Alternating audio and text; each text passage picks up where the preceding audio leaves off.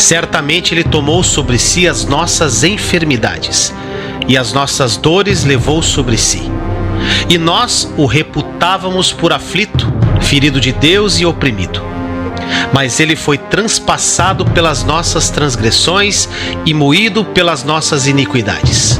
O castigo que nos traz a paz estava sobre Ele, e pelas suas pisaduras fomos sarados. Jesus foi para a cruz em alma, corpo e espírito, para redimir o homem nessas três dimensões. A cruz é o centro do plano da salvação para o espírito, a alma e o corpo do ser humano. Você é curado. Tome posse da sua cura hoje. Aproprie-se da sua saúde física e mental e desfrute da vida plena que Jesus morreu para que você vivesse.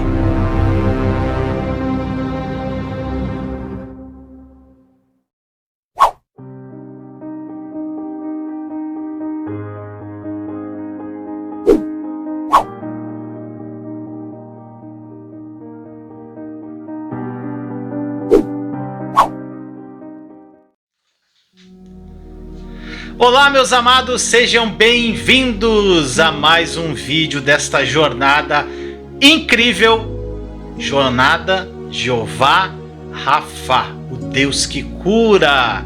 Hoje é o 11º vídeo e eu tenho certeza que vai falar muito ao seu coração. Infelizmente estamos chegando ao final desta incrível jornada. Faltam, além desse, mais 2 vídeos, mas eu tenho certeza que se você ouvir, reouvir, colocar em prática tudo que foi ensinado aqui, você vai viver a plenitude dessa promessa incrível de Deus. Você vai ser curado e você vai aprender a curar. Na verdade, você já está curado em Cristo Jesus. E eu gostaria de convidar você também, caso você queira se aprofundar nesse assunto e receber, além desse conteúdo aqui em vídeo, um conteúdo em áudio e em PDF, nós temos a Jornada Jeová Rafa. O link está na descrição da live aqui. Você clicando no link e você pode adquirir essa jornada num valor bem simbólico. E aí você vai ter acesso ao PDF e também a áudios com relação a esse assunto. E também várias ações propostas para você colocar em prática tudo que você aprendeu através dessa jornada. E eu convido você também a conhecer o nosso novo site www.anovalianca.com.br. Por que Anca? Porque não pode botar C cedilha em site, antes de você perguntar. Então, anovalianca.com.br, tá ok? Então vai lá e confere, o site está ficando incrível e vai ser um instrumento a mais, além do canal, para edificar a sua vida, tá bom? Dá uma olhadinha lá que está maravilhoso. E também eu te convido para me seguir no Instagram, @o mundo precisa mais de Deus. Lá no Instagram nós temos mensagens mais curtas e eu tenho certeza que falarão ao teu coração. E lá você também pode interagir de uma forma mais próxima de mim e de Thaís, tá bom? Então vamos ao tema desse 11º vídeo da Jornada Jeová Rafa. O Jardim de Deus. É incrível o que eu vou falar hoje para você. Abra o teu coração e que o Espírito Santo revele tudo de uma forma profunda o que eu vou falar. Olha só, a primeira passagem que eu quero partilhar está em 1 Coríntios 3, verso 6 e verso 9. Diz assim: Eu plantei, Apolo regou, mas Deus deu o crescimento. Vós sois lavoura de Deus e edifício de Deus. Demais, né? E eu começo esse vídeo com uma pergunta: como ver o cumprimento das promessas de Deus? Como nós podemos ver isso na prática? Todos os homens foram comprados por bom preço, conforme diz em 1 Coríntios 6,20. Sabe para quê? Para fazerem parte do jardim do Senhor, no qual a semente incorruptível da palavra de Deus deve ser plantada, deve ser cultivada e produzir seus frutos. Os verdadeiros cristãos são os agricultores de Deus. São o campo e também o pomar de Deus. Um campo, ele pertence a quem? Ao seu dono. E Paulo diz lá em 1 Coríntios 6, 19 e 20: Ou não sabeis que não sois de vós mesmos, porque fostes comprados por bom preço. Ou seja, Deus, ele tem a escritura, o recibo de compra. Tá pegando? Nós somos totalmente dele. Pertencemos a ele pelo direito da criação e pelo direito da preservação. Mas o fato mais importante é que pertencemos a ele pelo direito da redenção, através da obra consumada da cruz. Porque ele nos comprou por um preço infinitamente elevado para sermos o seu campo. Paulo disse aos Coríntios lá em 1 Coríntios 3,6: eu plantei. Na parábola lá do semeador, Jesus disse, lá em Lucas 8,11: a semente é a palavra de Deus. Então esta é a semente incorruptível. Deus colhe seus frutos maravilhosos da mesma maneira que o agricultor faz. Jesus disse lá em Lucas 8,5: o semeador saiu a semear a sua semente. Ou seja, por meio da palavra de Deus, nós aprendemos a confiar nele inteiramente.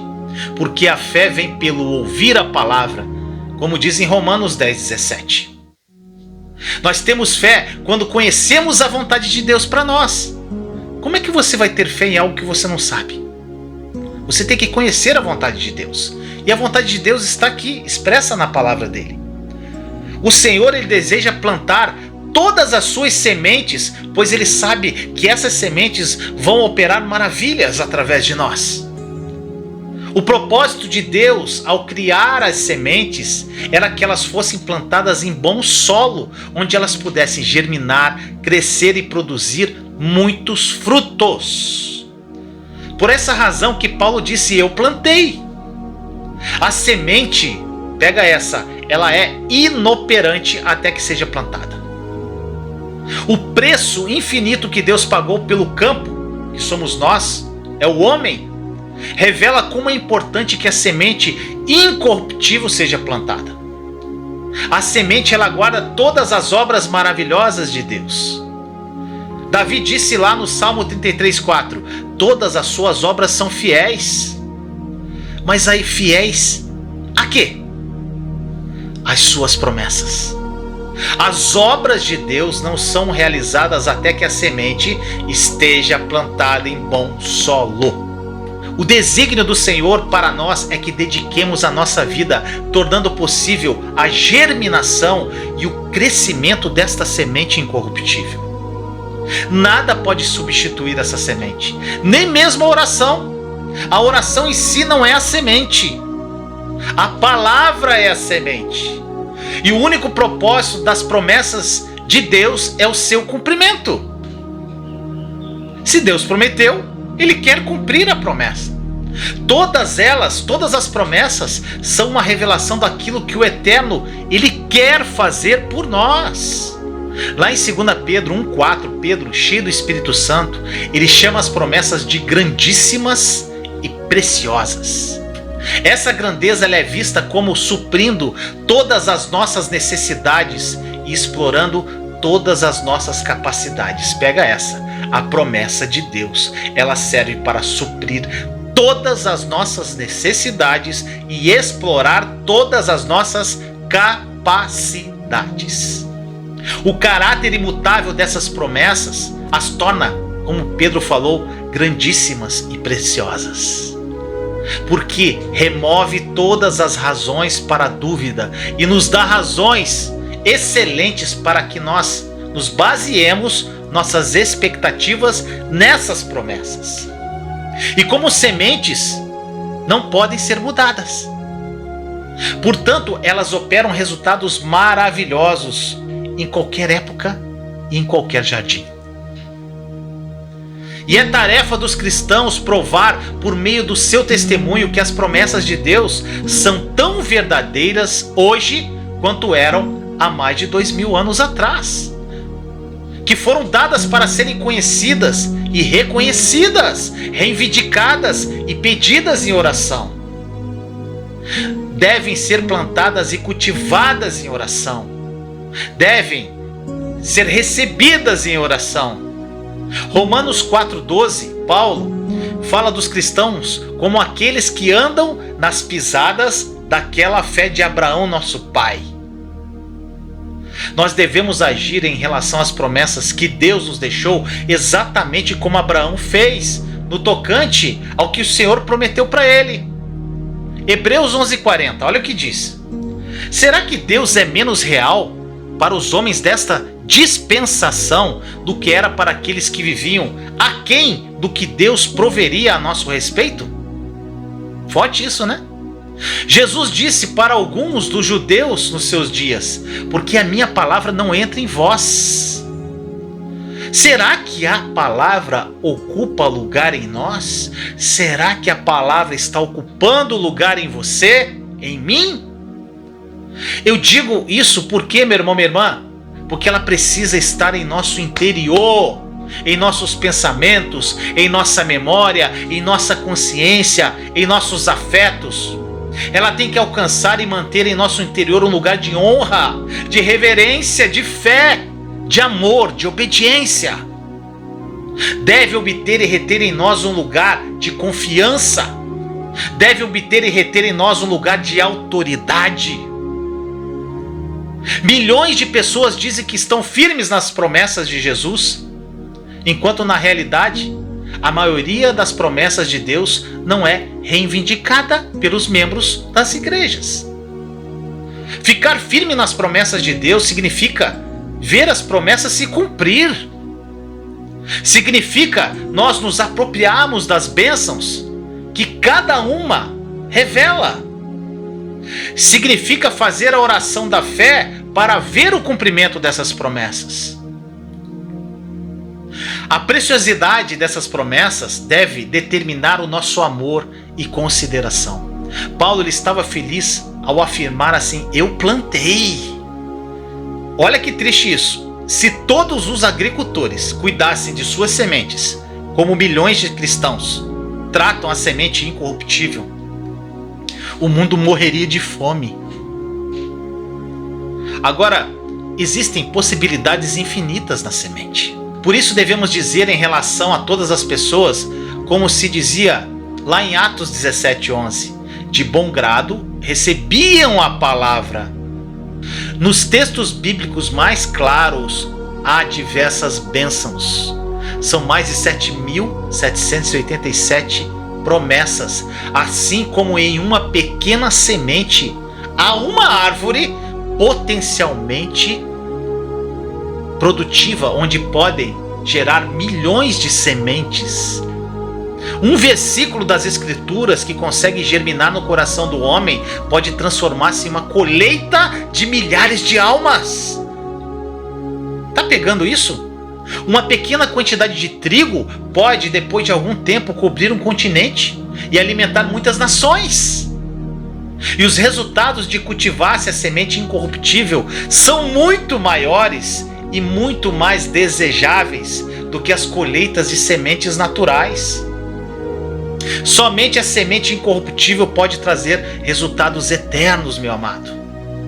A Bíblia diz lá em Gênesis 1:11: erva que dê semente, árvore frutífera que dê fruto segundo a sua espécie. Olha só, cada promessa por meio da bênção prometida revela a natureza da colheita das promessas cumpridas. Paulo disse: eu plantei, Apolo regou, em 1 Coríntios 3:6. Todas as sementes e plantas do jardim de Deus precisam ser regadas. Jesus falou sobre o solo rochoso, no qual a semente foi lançada. Lá em Lucas 8:6 diz: a semente caiu sobre a pedra e nascida secou-se, pois que não tinha umidade.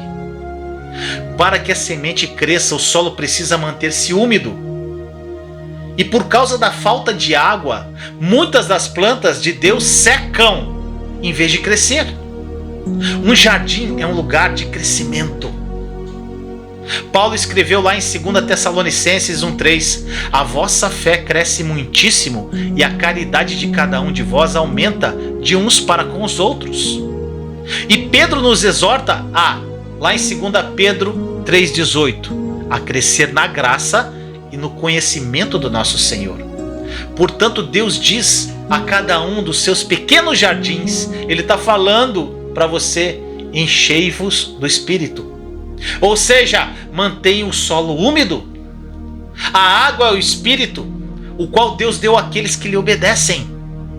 A plenitude do Espírito é a condição para a sua obra perfeita através de nós. Agora nós temos um grande exemplo. Davi. Como que Davi regou a semente? Leia lá o Salmo 119, que é o maior salmo da Bíblia. Todos os 176 versículos mostram a atitude de Davi em relação à palavra de Deus. Ele reconhece alegremente sua obrigação de manter os preceitos de Deus com diligência. E eu vou ler alguns versículos aqui para você. Olha só. Verso 8. Ele promete assim: observarei os teus estatutos. E olha o que ele confessa ao Senhor. Verso 11. Escondi a tua palavra no meu coração, para eu não pecar contra ti. No verso 14. Folgo mais com o caminho dos teus testemunhos do que com todas as riquezas. Verso 15. Em teus preceitos meditarei e olharei para os teus caminhos. No verso 16. Alegrar-me-ei nos teus estatutos, não me esquecerei da tua palavra. Verso 22, guardei os teus testemunhos. Verso 30, escolhi o caminho da verdade. Verso 32, correrei pelo caminho dos teus mandamentos. Verso 34, guardarei a tua lei e observá-la-ei de todo o coração. Verso 44, assim observarei de contínuo a tua lei para sempre e eternamente. Verso 46, falarei dos teus testemunhos perante os reis e não me envergonharei. Verso 51, os soberbos zombaram grandemente de mim, apesar disso não me desviei da tua lei. Verso 54, os teus estatutos têm sido os meus cânticos, oh glória. Verso 57, o Senhor é minha porção. Verso 60, apressei-me e não me detive a observar os teus mandamentos. Verso 69, os soberbos forjaram mentiras contra mim, mas eu de todo o coração guardarei os teus preceitos. Verso 72, melhor é para mim a lei da tua boca do que inúmeras riquezas em ouro e prata. Eita! Verso 77, a tua lei é a minha delícia. Verso 89, para sempre, ó Senhor, a tua palavra permanece no céu. Verso 90, a tua fidelidade estende-se de geração em geração, tu firmaste a terra e firme permanece. Verso 92, se a tua lei não fora toda a minha alegria, há muito que teria perecido na minha angústia. Meu Deus. Verso 93, nunca me esquecerei dos teus preceitos.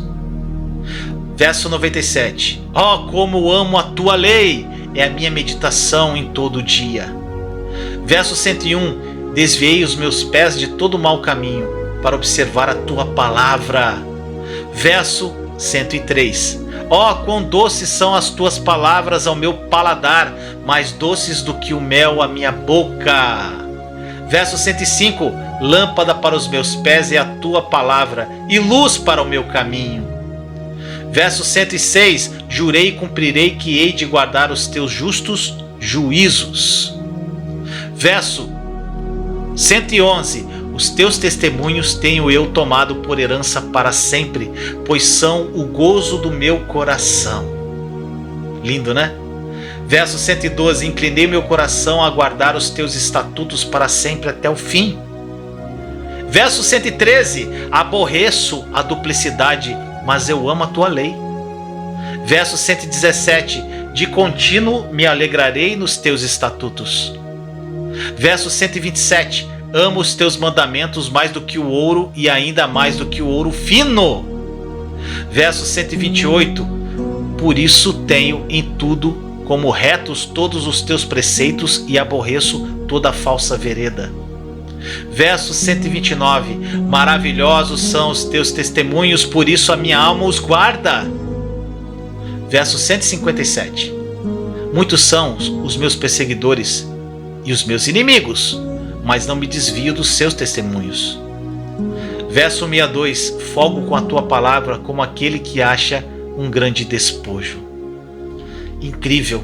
Eu li todos esses versículos para que isso entre no teu coração, para que isso seja afirmado quanto a palavra incorruptível ela tem seus efeitos. Todas essas declarações e muitas outras estão no Salmo 119. E elas nos mostram como Davi guardava a palavra. Paulo disse em 1 Coríntios 3,8: o que planta e o que rega são um. Ou seja, regar a semente é tão importante quanto plantá-la. Deus não faz a semente crescer a menos que cuidemos dela. Deus faz a semente crescer. Olha só, Paulo disse também que Deus, ele dá o crescimento da semente. Foi Paulo que falou isso. Ele fez suas promessas com esse único propósito. Ele sempre faz a semente crescer quando ela é lançada em solo bom e é regada. Olha o que Jesus disse em Marcos 4,20. Os que ouvem a palavra e a recebem e dão fruto. A palavra sempre produz fruto. A intensidade de todo desejo santo é medida pelo grau do amor divino que possuímos.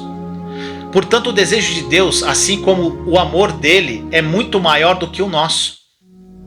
A benevolência dele é tão grande que seus olhos estão em todo lugar, conforme diz em Provérbios 15:3.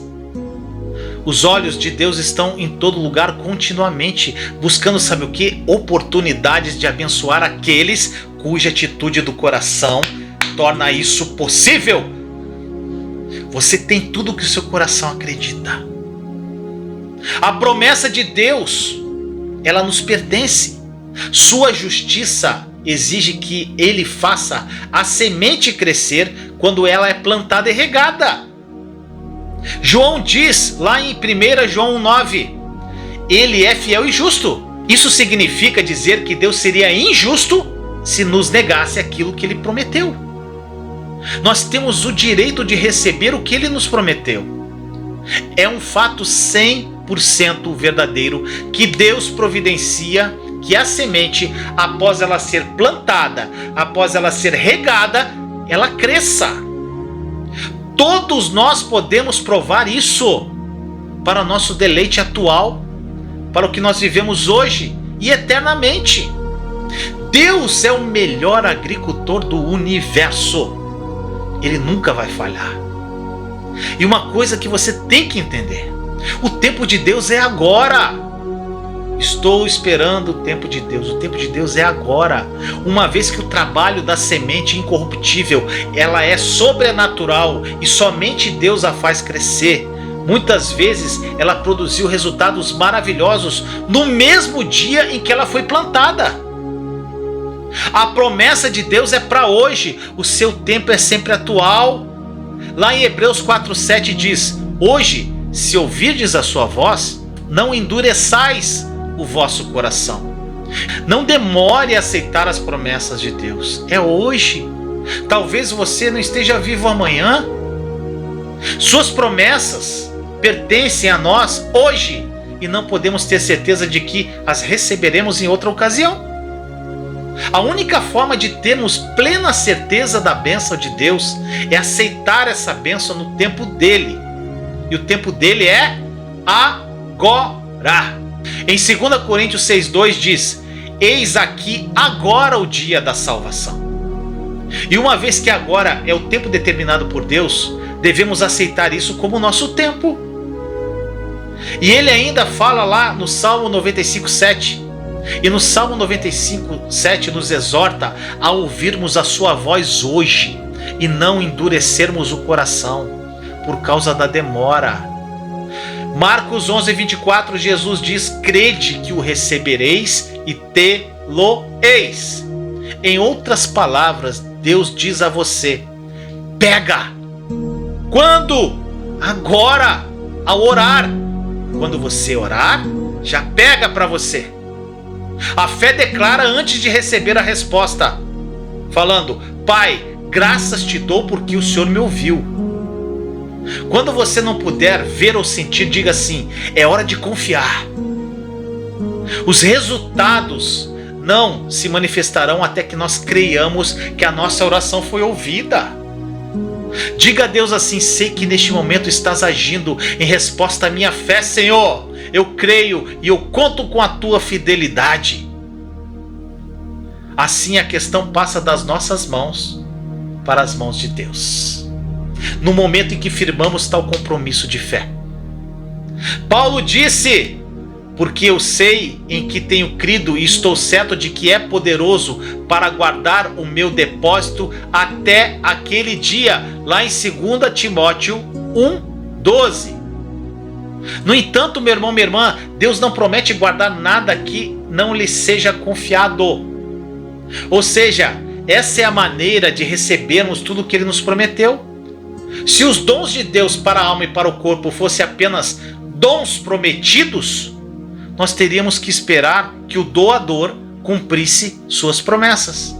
E a responsabilidade seria dele. Vai pegando essa chave. Mas, olha só, contudo, todas as bênçãos são dons oferecidos além de prometidos. Portanto, precisam ser aceitos, apropriados. Assim, a responsabilidade por essa transferência é nossa. Isso isenta Deus de toda a responsabilidade. Agora, eu te pergunto, qual foi o efeito da atitude de Davi em relação a ter regado a semente, a palavra de Deus? Aquele pequeno pastorzinho, ao regar a palavra de Deus dentro de si, ele se tornou mais sábio que todos os seus mestres. A sua atitude para com as escrituras tornou ele um homem segundo o coração de Deus, conforme diz em 1 Samuel 13:14. Davi se tornou o maior salmista do mundo. Seus poemas têm abençoado milhões de vidas durante séculos.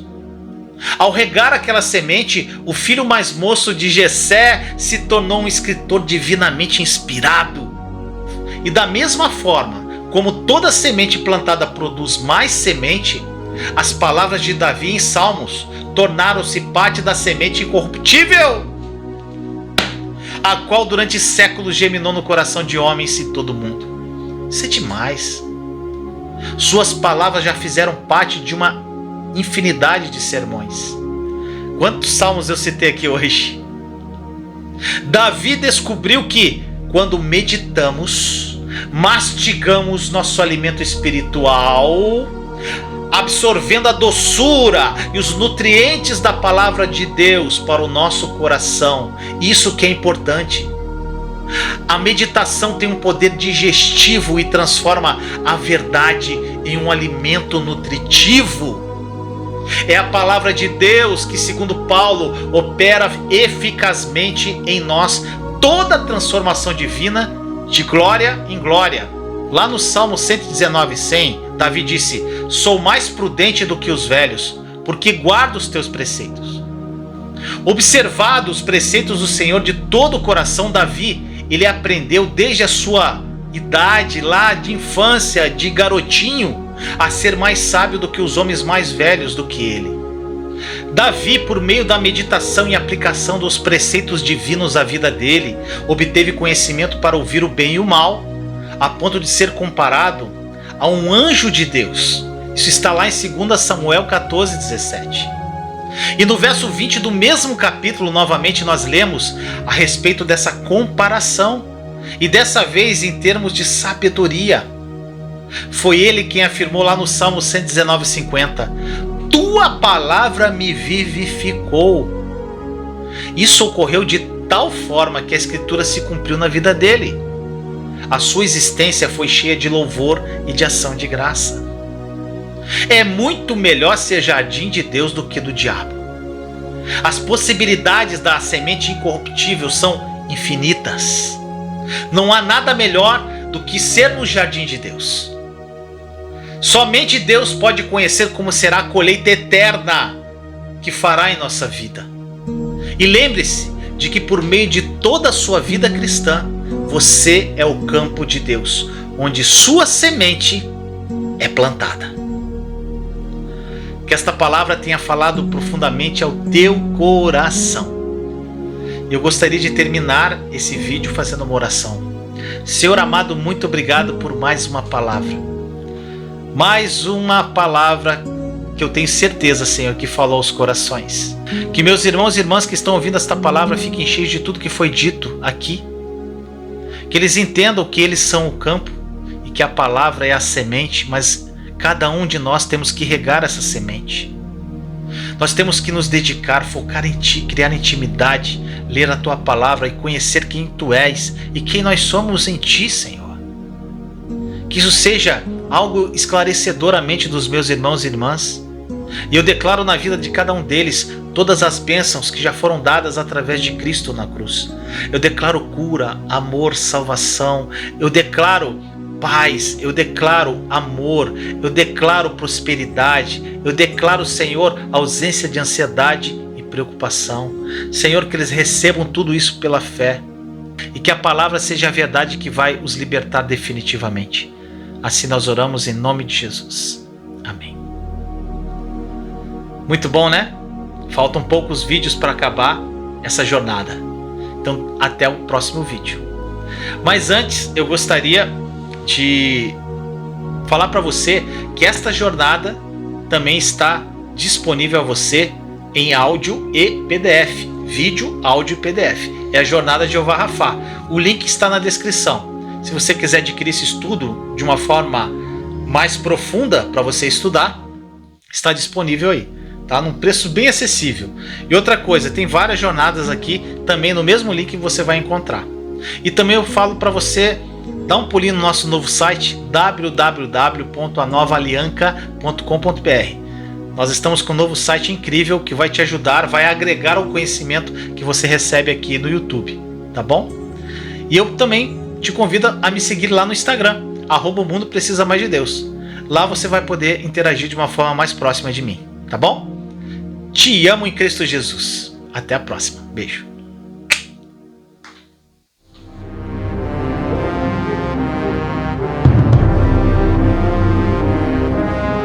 Certamente Ele tomou sobre si as nossas enfermidades, e as nossas dores levou sobre si. E nós o reputávamos por aflito, ferido de Deus e oprimido. Mas Ele foi transpassado pelas nossas transgressões e moído pelas nossas iniquidades. O castigo que nos traz a paz estava sobre Ele, e pelas suas pisaduras fomos sarados. Jesus foi para a cruz em alma, corpo e espírito, para redimir o homem nessas três dimensões. A cruz é o centro do plano da salvação para o espírito, a alma e o corpo do ser humano. Você é curado. Tome posse da sua cura hoje. Aproprie-se da sua saúde física e mental e desfrute da vida plena que Jesus morreu para que você vivesse.